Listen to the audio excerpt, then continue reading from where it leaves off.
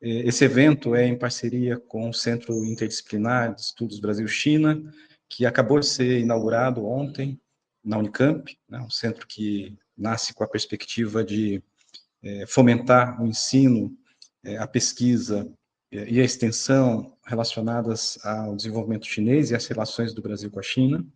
E nesse primeiro evento, em parceria com o Instituto de Economia, eu gostaria de dar as boas-vindas ao professor Bellick. O professor Bellick é professor ainda do Instituto de Economia, né, agora aposentado, mas foi também o primeiro diretor do Instituto Confúcio da Unicamp, tem trabalhado muito com a questão da segurança alimentar, agricultura na China, e ele recém voltou de uma viagem à China e vai nos brindar aí com essa questão tão importante para a China, que pode oferecer lições importantes, obviamente, para o Brasil. Então, obrigado, Bellick, pela sua participação. Passo a palavra para você, sem mais delongas. Obrigado, viu? Bom, boa tarde a todos e todas. Célio, muito obrigado pelo convite. Estou muito honrado de fazer a primeira atividade do Centro Brasil-China da Unicamp. Então, é um privilégio estar aqui. E hoje nós vamos falar sobre segurança alimentar e nutricional, que é um assunto muito caro aos chineses. Na China há uma política pública, estatal, de segurança alimentar e nutricional, que conseguiu feitos bastante notáveis de praticamente retirar a população chinesa do mapa da fome. E a política de produção agrícola chinesa é muito interessante. Então, eu vou procurar fazer um apanhado geral, histórico, sobre o que aconteceu na China nos últimos anos, nas últimas décadas. Eu queria introduzir também uma abordagem nova que os chineses estão usando para trabalhar o tema da segurança alimentar, que é um pouco diferente da abordagem internacional consagrada pela FAO.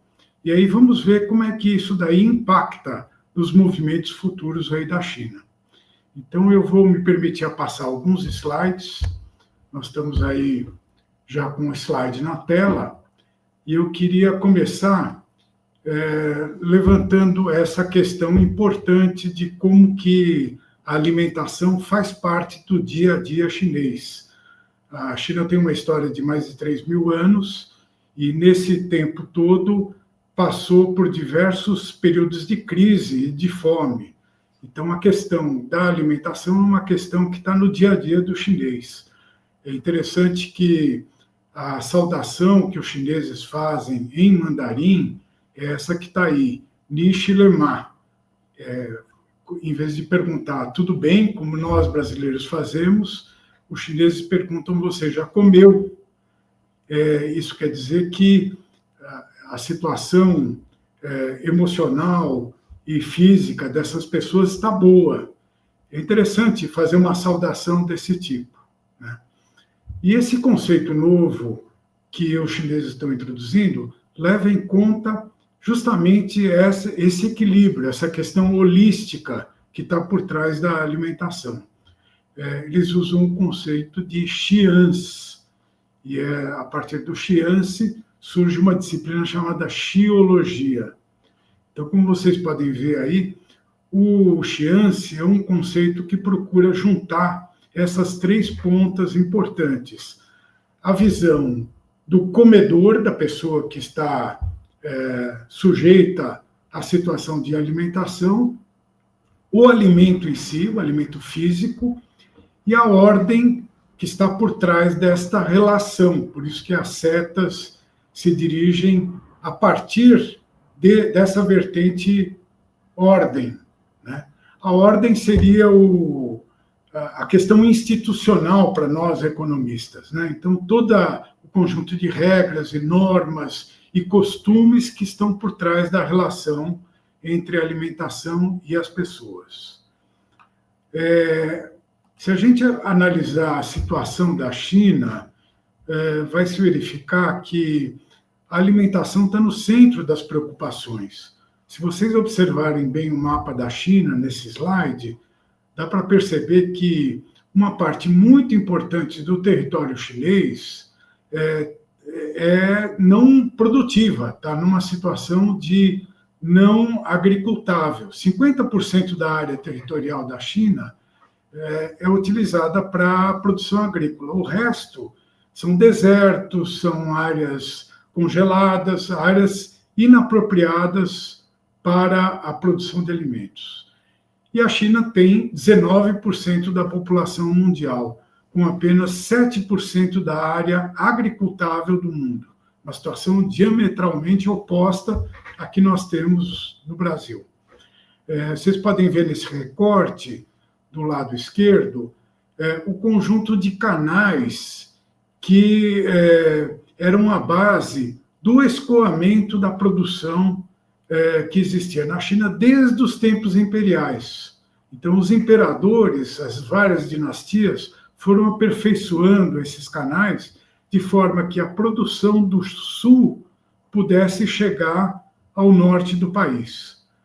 Para quem já foi para Beijing, sabe que o Palácio Real fica dentro de um lago e está conectado por rios com o resto do país. Quer dizer, essa produção podia chegar até a corte chinesa da época.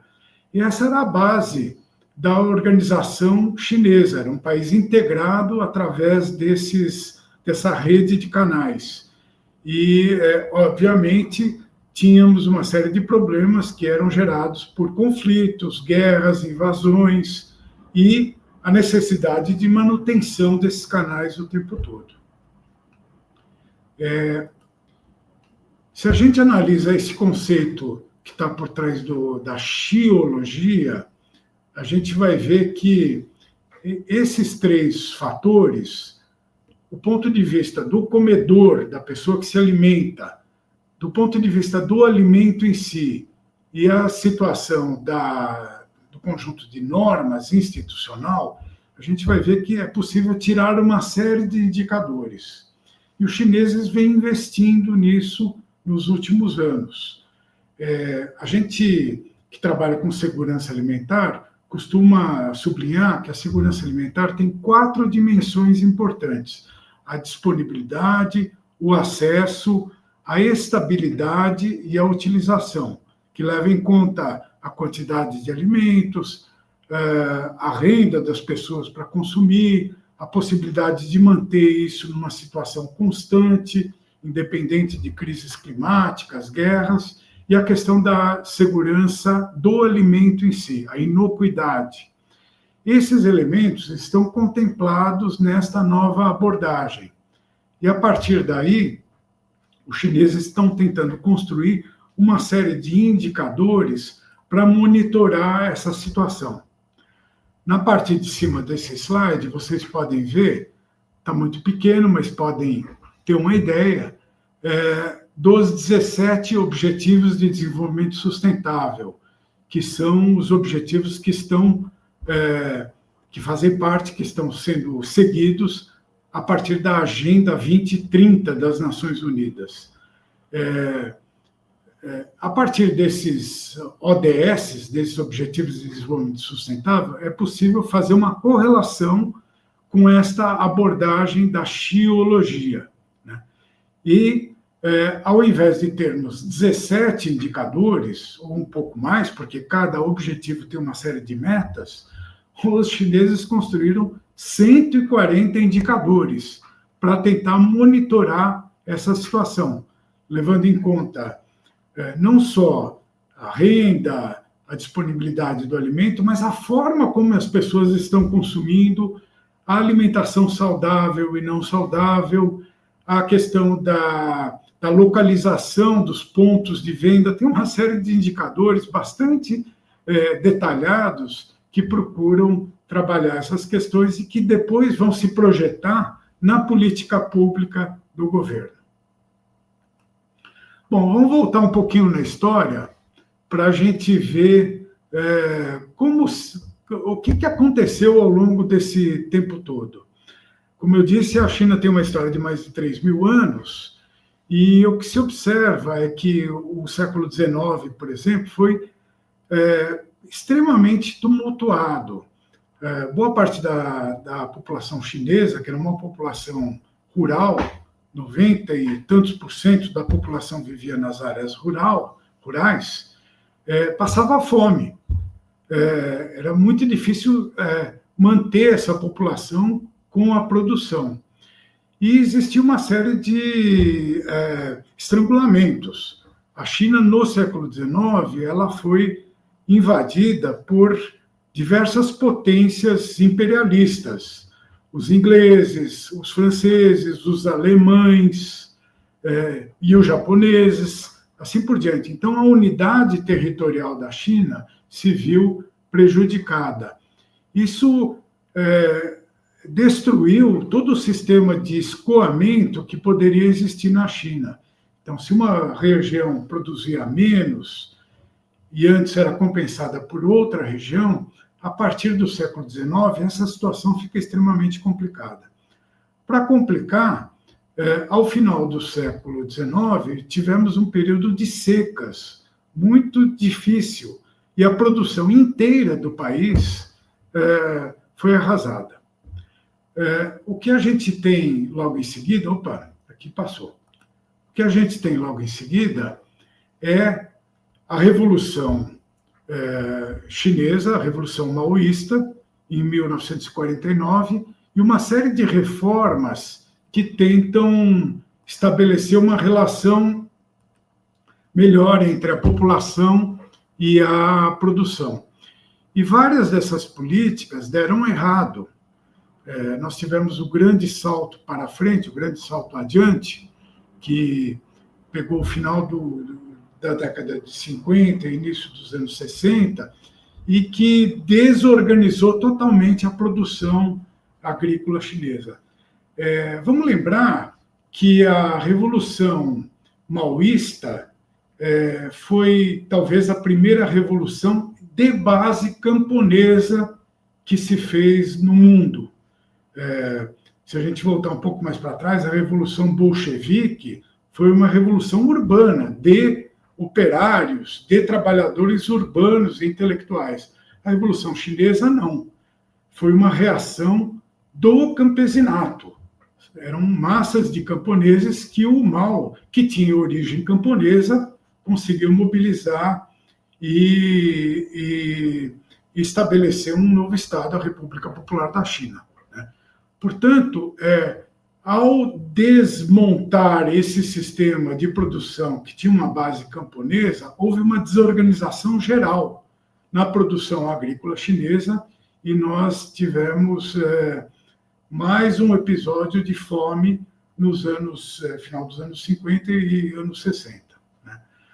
Aí, logo em seguida, tivemos a Revolução Cultural, uma luta praticamente entre grupos políticos que desorganizou ainda mais a situação.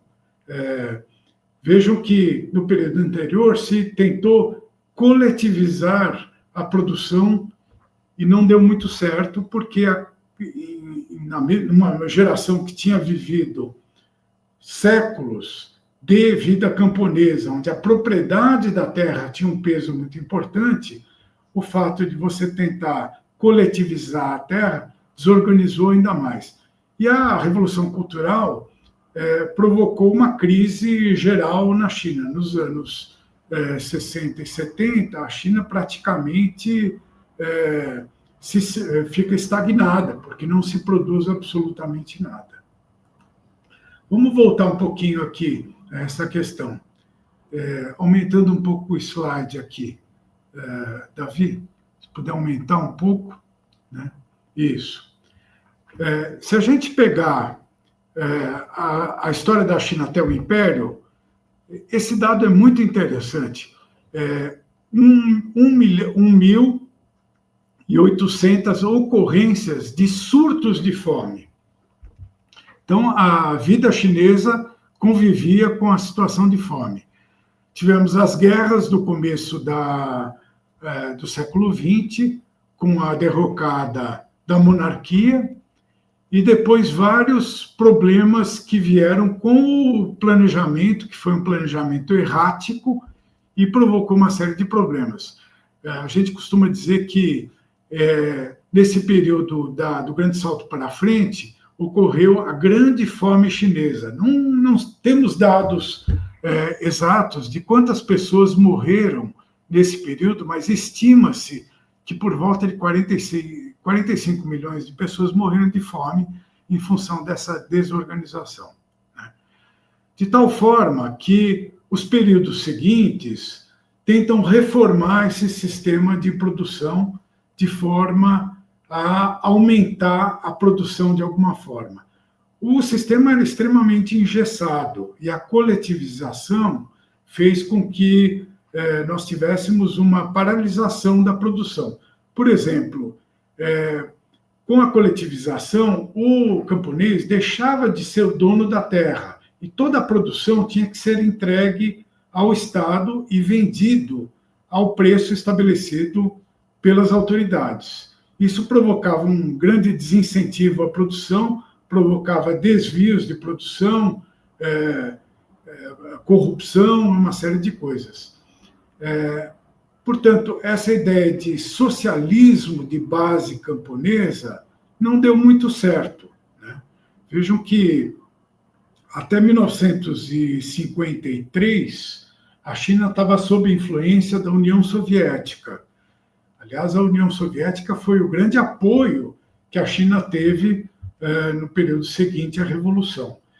Com a morte do Stalin, em 52, há uma ruptura. Os soviéticos são considerados revisionistas pelos chineses, né?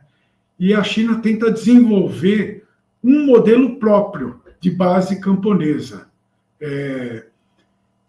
E esse modelo próprio previa uma certa descentralização. Então, não só a produção deveria ser feita em bases coletivas, como também haveria uma agroindústria e até uma pequena indústria pesada localizada nas aldeias.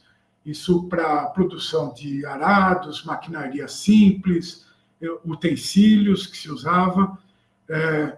E essa é uma aposta bastante arriscada que, de certa forma, não deu certo. Vamos em frente aqui para dizer, então, o que aconteceu, um pouco para encerrar essa parte de revisão histórica, né? Em 78, depois da morte do Mao e a ascensão do Deng Xiaoping, há uma série de reformas radicais, né? O Deng Xiaoping decreta o fim da coletivização. É bem interessante isso daí, porque se estabelece um sistema misto de produção, que é esse Household Responsibility System. O que era esse sistema? A terra voltava ao camponês, o camponês tinha o direito de usar essa terra por 15 anos, a terra continuava a pertencer ao Estado, mas o direito de uso era daquela família camponesa, por 15 anos. E o camponês tinha que entregar uma determinada cota ao Estado, ao preço estabelecido pelas autoridades. O extra-cota, tudo aquilo que se produzisse além desta cota, poderia ser vendido em mercados, aos preços livres. Esses preços beneficiavam diretamente o produtor. Isso faz com que a produção comece a aumentar rapidamente. Não só se cumprir as cotas, como essa economia, essa pequena economia regional e local, passa a ter uma pujança muito grande.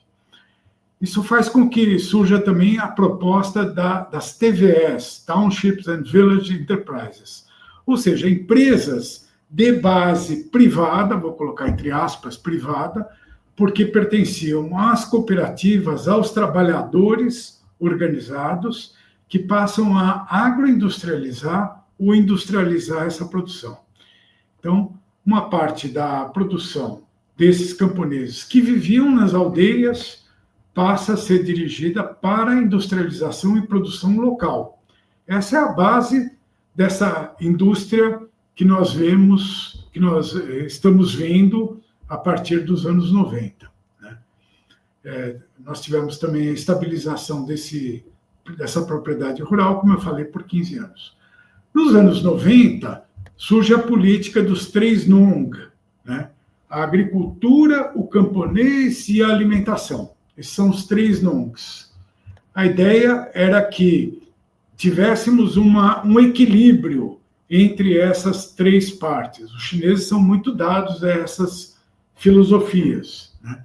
E a ideia é que o meio rural deveria prover todas as condições para que as pessoas se desenvolvessem nessas regiões. Não precisaria imigrar às cidades, não precisaria depender de remessas de famílias que iam às cidades. Vejam que esse crescimento muito grande da China em torno das grandes cidades leva a uma imigração muito grande, sobretudo de pessoas jovens, homens, que vão trabalhar na cidade e voltam para o campo.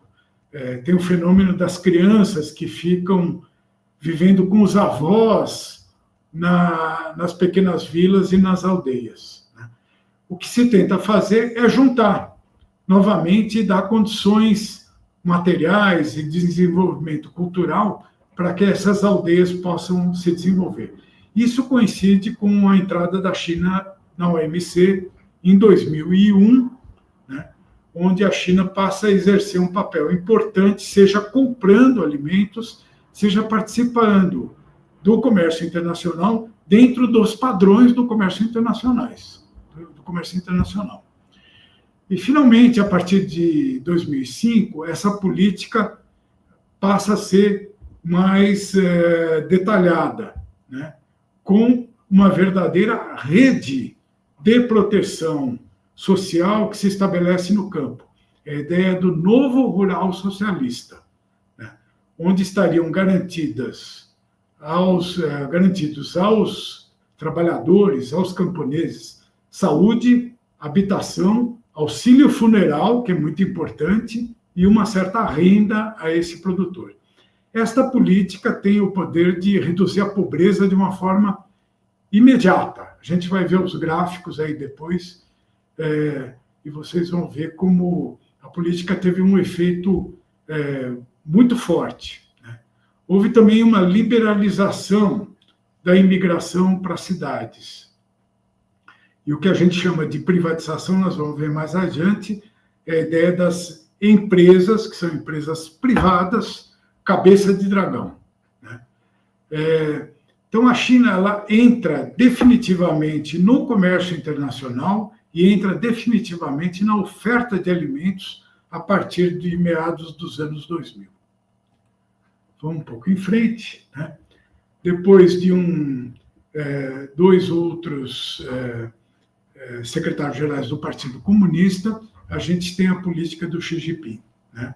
Vamos trazer um pouco mais para frente. O que o Xi Jinping está dizendo, né?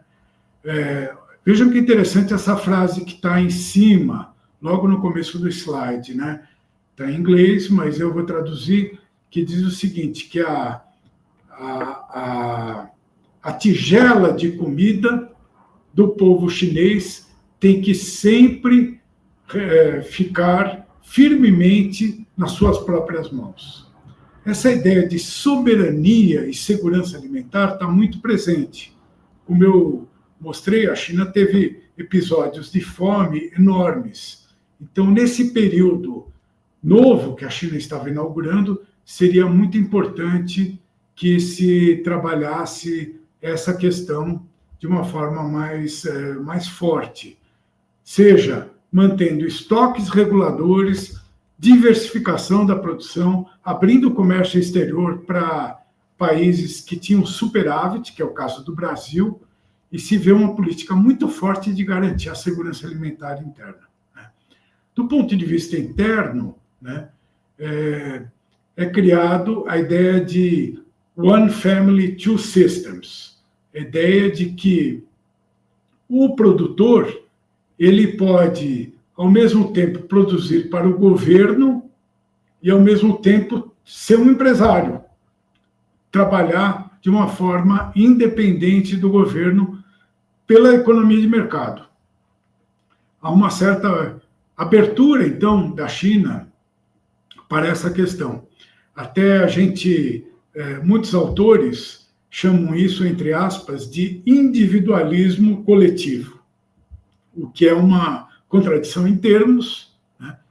Mas é isso um pouco que aconteceu. A ideia de que a família tinha a propriedade, aliás, o direito de uso da terra, que era de 15 anos, é renovado por mais 15 anos. Então, há um individualismo, a terra pertence, entre aspas, àquela família, mas a terra tem uma função coletiva, uma função social. Há também uma mudança com a ida das pessoas às cidades, com a explosão urbana, uma mudança de consumo, um aumento da renda, e com esse aumento da renda, os chineses passam a adotar uma dieta que é uma dieta cada vez mais ocidental, baseada em carnes, baseada em ultraprocessados, e muda a cara desses consumidores. Também com Xi Jinping, a gente tem o Belt and Road, tem uma iniciativa de Grain Security, que é o aumento de estoques. Eu vou mostrar para vocês. Hoje a China concentra boa parte dos estoques mundiais de alimentos e está, vamos dizer, imune a crises que possam acontecer, como aconteceu recentemente com a guerra na Ucrânia e assim por diante. Então, essa política é uma política forte que tenta garantir a alimentação das pessoas. Ao mesmo tempo, se adota essa ideia que foi lançada pelo antecessor do Xi Jinping, o Hu Jintao, de que a China tem uma responsabilidade como uma civilização ecológica. Então, há uma abertura para produtos orgânicos, para menos agrotóxicos. No início, quando a China começa a importar soja do Brasil, por exemplo, se proibia a soja transgênica na China, agora está mais ou menos liberado. Então, havia uma preocupação com a produção mais ou menos sustentável na China, pelo menos em termos estatais. E mais recentemente, foi anunciado pelo Xi Jinping a estratégia de revitalização rural. Então, a ideia é que nós temos novas relações, que são relações de subcontratação de produtores com processadores, que acabam assumindo uma figura de uma empresa jurídica que vai disputar mercados. São chamadas empresas cabeça de dragão. Por que chama cabeça de dragão? Porque o dragão chinês tem uma cabeça de cobra e um corpo de pássaro. Então, é uma mistura de empresa pública com empresa privada, com empresa cooperativista e assim por diante. E isso transforma as relações, passa a ter não só a subcontratação da produção voltada a este processamento que se dá nas empresas cabeça de dragão, como também um crescimento do assalariamento. São trabalhadores assalariados que recebem emprego, têm um emprego e recebem salário dessas empresas. E são empresas que trabalham não só a sua linha, a sua cadeia produtiva principal, mas trabalham em todo o escopo. Então, se a empresa está na área de alimentação, ela tenta abarcar todo o escopo, inclusive se articulando para frente com comercialização, abertura de supermercados, cooperativas, venda online, uma série de coisas que passam a existir. Vamos em frente, eu não vou gastar mais tempo aqui, só para mostrar esses gráficos. Davi, se puder aumentar um pouquinho o gráfico. No gráfico da esquerda, a gente observa a produção de arroz na China. O arroz, normalmente, é a tradução direta do tema alimentação. Quando se fala em alimentação na China, estamos falando em arroz. Arroz é o prato nacional da China e o arroz é a base da alimentação chinesa. Então, nós temos aqui um período que vai dos anos 40 até o começo da década, 2009, 2010, onde se observa na linha azul, né, a produção de arroz na China. Né? Isso daqui está em termos de crescimento. Né? E na linha vermelha, o crescimento da produtividade. Então, se observa que houve um crescimento muito grande da produtividade em função dessas mudanças, mudança de área, utilização de fertilizantes sintéticos, obviamente, sementes selecionadas, há uma revolução verde que ocorre na China e um aumento expressivo da produtividade para que a produção possa se manter nessa situação. A produção de arroz, que está colocada aqui nesse gráfico, que eu estou apontando no gráfico de cima, pula rapidamente para 150 milhões de toneladas, de uma forma muito rápida. A produção de trigo, que é outra base da alimentação, também está em torno aí de 100, 120 milhões de toneladas. Para vocês terem uma ideia, a produção de arroz no Brasil é 9 milhões de toneladas. Né? Então, a China tem 10 vezes mais essa produção. Né?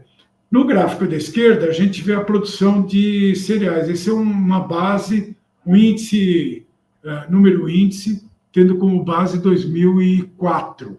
A gente observa este crescimento, que é a linha vermelha, que está colocada no gráfico.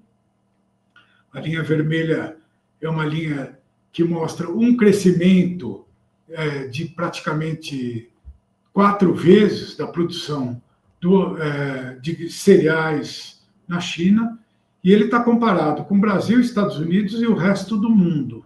Né? O Brasil está um pouco aqui embaixo. Né? Vejam que a produção de cereais, a grande produção brasileira é a soja, que não é considerada um cereal. A soja é uma oleaginosa. A gente costuma usar o termo produção de grãos, porque inclui a soja. A soja não está incluída nesse gráfico. E se a gente observar bem a produção de cereais na China, que está colocada aqui, ela tem um crescendo até chegar a 600 milhões de toneladas, o que é bastante expressivo. Se a gente considerar a produção de grãos no Brasil, a Conab está prevendo algo em torno de 320 milhões de toneladas. A China, logicamente, tem uma população 5 ou 6 vezes maior do que a do Brasil, e a gente teria uma produção aqui de 600 milhões de toneladas de grãos. Os outros gráficos mostram esse fenômeno urbano, como que o consumo chinês foi aumentando em termos calóricos. Essa linha pontilhada aqui mostra a China. E a gente observa que o consumo calórico na China está em torno de 3.457 calorias dia per capita, que é um consumo bastante elevado, está muito próximo ao do Brasil e se aproxima já, pela taxa de crescimento, ao que se observa nos Estados Unidos. Isso, inevitavelmente, acabaria numa situação de crescimento da obesidade. A linha preta aqui de baixo mostra a Índia, por exemplo, que tem uma população muito parecida com a China, mas o consumo calórico está muito abaixo daquele observado na China. Outro dado importante, é esse que está colocado aqui, é essa relação na dieta.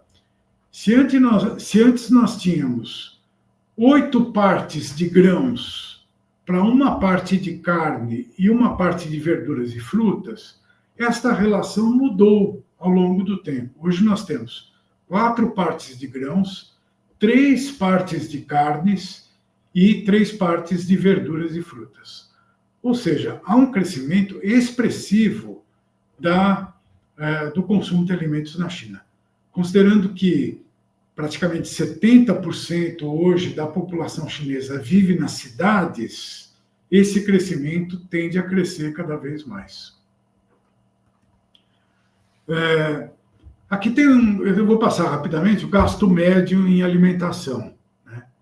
E o dado, essa linha pontilhada, mostra a porcentagem da população que consegue comprar esta alimentação saudável. Então, se a gente considerar um valor da alimentação saudável dia per capita, né, vai se observar aqui na coluna da direita um valor em dólar, paridade do poder de compra. Então, a alimentação saudável no Brasil, por exemplo, está em torno de 4,5 dólares per capita dia. Aliás, está errado aqui o nome, o gráfico está ano, mas é dia, né? E na China está um pouco menor, 3,5. Qual é a porcentagem da população, com a renda que ela tem, que consegue comprar essa quantidade de alimentos saudáveis? A gente percebe que a população que consome alimentação saudável vem diminuindo na China, a porcentagem que não consegue comprar vem diminuindo na China, mas ainda é bastante expressiva, 20%, 25%. No Brasil está em torno de 12%, 13%. Outros gráficos interessantes mostram o que a gente chama de efeito gangorra, né? Que a gente tem de um lado a prevalência de subnutrição da população. A gente percebe que a prevalência de subnutrição vem caindo. Brasil, China e até no mundo, embora tenha crescido um pouco durante o período de pandemia, né? E do outro lado, o crescimento da obesidade. Então, um efeito gangorra. Um cai e outro sobe, né? No Brasil, nós tivemos uma redução da subnutrição. Nos anos 2000, a subnutrição estava abaixo de 2,5%, que quer dizer que o Brasil conseguiu sair do mapa da fome. O Brasil volta ao mapa da fome, essas coluninhas azuis aqui. E, finalmente, agora, 2024, 2025, o Brasil sai novamente do mapa da fome. A China logrou sair do mapa da fome lá atrás, que é a linha vermelha, né? Mas aumentou a obesidade. No Brasil, a obesidade para adultos acima de 18 anos de idade está em torno de 26%, que é extremamente alto, né? A China, a obesidade é um pouco menor, está em torno de 8%, mas se observa que vem crescendo a obesidade da população chinesa. Agora, os últimos gráficos, só para mostrar que esse aumento de produção levou a um crescimento do uso de fertilizantes e de pesticidas. O consumo de fertilizantes e pesticidas na China é aproximadamente 3 vezes o consumo de fertilizantes e pesticidas no Brasil. É impressionante como a China depende dessa produção para que possa garantir a oferta de alimentos. E, finalmente, a gente chega aqui no gráfico, onde mostra essa ideia do Xi Jinping de soberania da produção e dos alimentos. A gente observa que tem várias curvas, onde eu coloquei milho, soja, arroz e trigo, que são os principais produtos da alimentação básica da população e de rações animais, e se observa que a China mantém estoques desses produtos em nível bastante elevado. O estoque recomendado pela FAO, pelas Nações Unidas, gira em torno de 3 meses de consumo. A China não, a China tem estoques, no caso do arroz, chega a quase 1 ano de consumo, e os outros produtos mais de 6 meses. Então, a China está muito preocupada com esta questão. Para isso, ela tem aumentado a produção. A China é o maior produtor de cereais hoje em dia no mundo. Aqueles 600 milhões de toneladas de cereais ano é a maior produção que nós temos em um país em um único país, e vem aumentando também a importação. Então, a importação tem muito a ver com essa questão da segurança alimentar, da garantia de soberania, que eles entendem como uma questão estratégica, até militar, né, para que a China possa enfrentar as pressões que vem sofrendo no mercado mundial. Tem um dado aí muito interessante que eu levantei, que mostra que os estoques de cereais na China representam 77,5% do consumo mundial. Vejam a importância. E aí, do lado direito, a gente vê algumas outras informações, né? Aqui eu tenho dado arroz, milho e outras questões. Por exemplo, no caso do arroz, está aí o estoque para um consumo de 145 milhões de toneladas.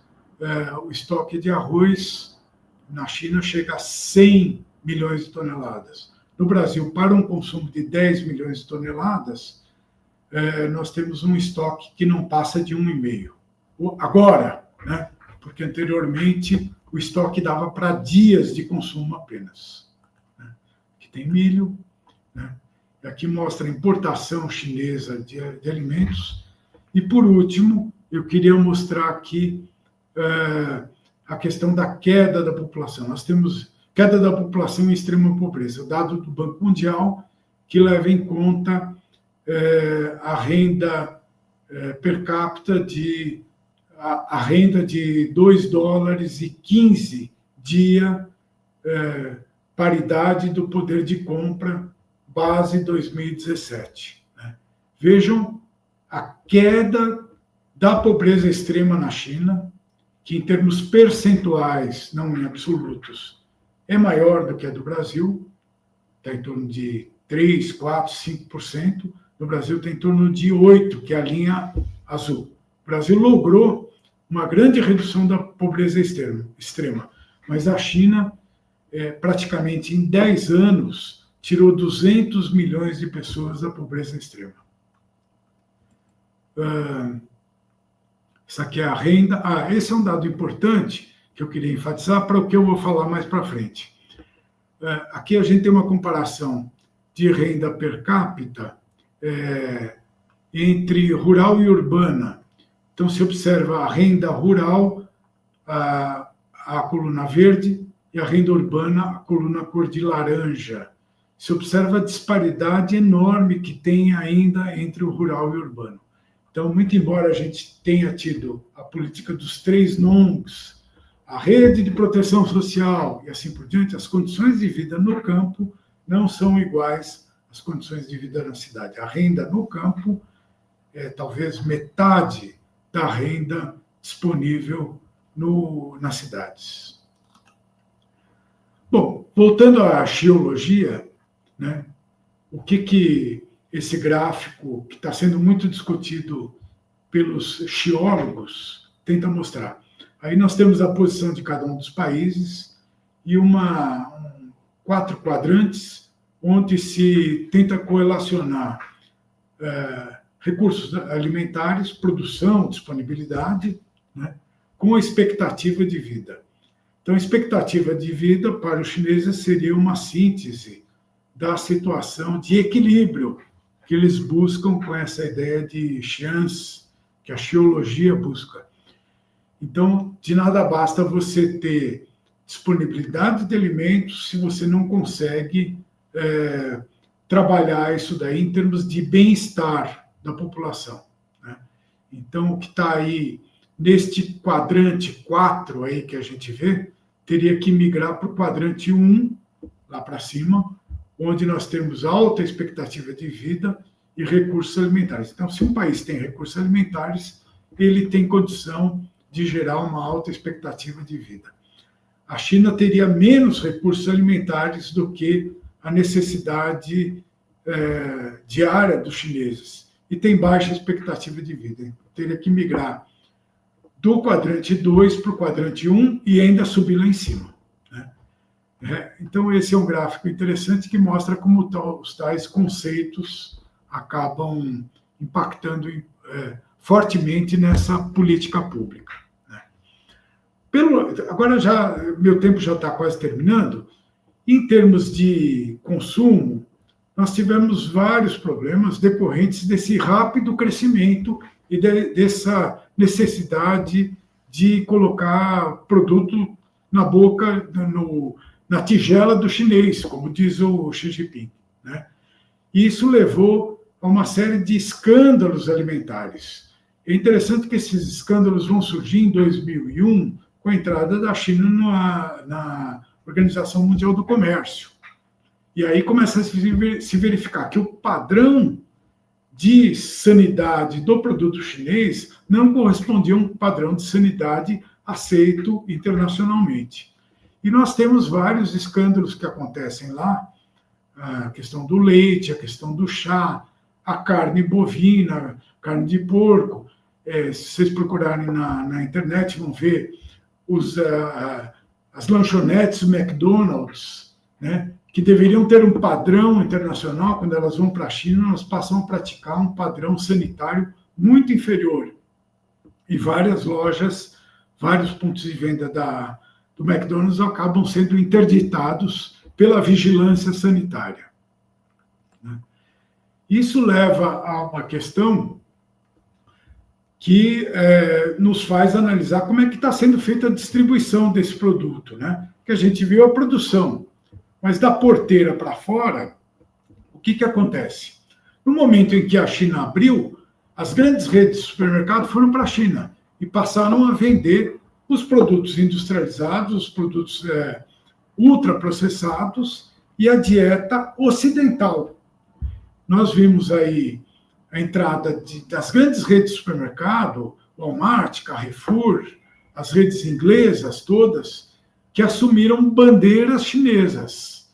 Então, Tesco tem uma marca chinesa e passaram a trabalhar essas questões para grandes multidões que passaram a consumir e abandonar aqueles mercados locais, a Feira Livre, os mercados úmidos, né, que eles chamam os mercados chineses. É interessante que essas redes regionais passaram depois, essas redes nacionais passaram a sofrer uma concorrência muito grande das redes regionais, daquelas cabeças de dragão que eu comentei anteriormente, que passam a ter também instrumentos de varejo e de colocação. Há uma guerra de supermercados hoje com uma busca crescente de competição entre esses supermercados. E isso está levando a um crescimento da produção, da comercialização de alimentos frescos. Isso é interessante. A China está conseguindo substituir os mercados de feiras livres, substituir de uma forma truculenta, digamos, fechando mercados por questões sanitárias e fazendo com que as pessoas passem a consumir no varejo de supermercado. E as cabeças de dragão estão aproveitando essa oportunidade para crescer e colocar produtos locais que eram vendidos em feiras dentro do supermercado. É possível comer no supermercado e assim por diante. Então, para fechar, aumenta um pouquinho aí, Davi, por favor. Para fechar, o que a gente pode concluir? Aí a gente pode entrar numa discussão interessante, né?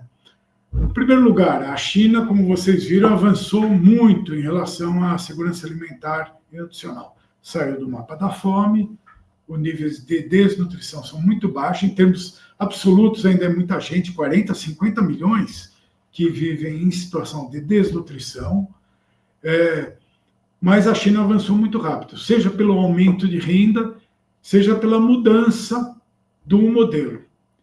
Isso tem levado, do ponto de vista da dieta do chinês, no que nós chamamos de transição nutricional.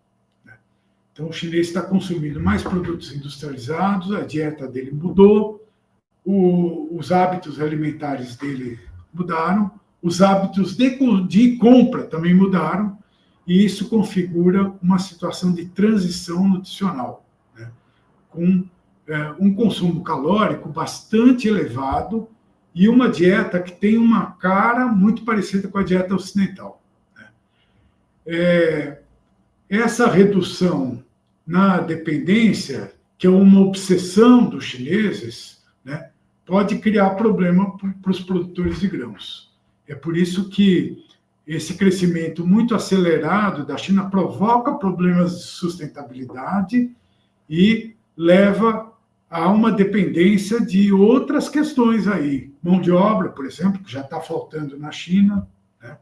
A necessidade de uma automatização muito grande do campo chinês, então surgem outros problemas. Há um problema de contaminação, os produtos são de baixa qualidade para o consumo interno e a regulação pública é muito tênue. Há uma regulação privada, mas a regulação pública ainda é muito tênue, o que leva a que o produto chinês tenha uma qualidade pior do que o produto que é exportado. Há uma preocupação com sustentabilidade, são várias cooperativas hoje que trabalham produtos orgânicos, que têm marcas próprias de produtos orgânicos, que trabalham com a questão da sustentabilidade, mas ainda estamos caminhando para um modelo um pouquinho mais sustentável. Do ponto de vista do varejo, esse comércio online, né, e as redes locais de supermercado permitem uma mudança do consumo em direção a um consumo maior de frutas, legumes e verduras. Hoje, o principal varejista de alimentos na China é o Alibaba. O Alibaba, que é uma plataforma de compras. E o Alibaba está ligado diretamente com os fornecedores. Então, o Alibaba coloca padrões de regulação privada sobre a qualidade do alimento e, trabalhando essas questões, é possível mudar um pouco esse perfil do consumo chinês. Nós temos um crescimento de empresas e também uma grande concentração que vem surgindo paulatinamente no campo chinês. Então, aquela agricultura camponesa hoje é um sistema duplo, né, difícil de caracterizar como tudo chinês, né, mas que há uma preocupação geral com essa ideia holística de uma alimentação saudável, de uma garantia de longevidade, de uma garantia de programas sociais. Então, eu acho que eu fico por aqui. Eu agradeço e estamos abertos aqui a todo tipo de intervenção.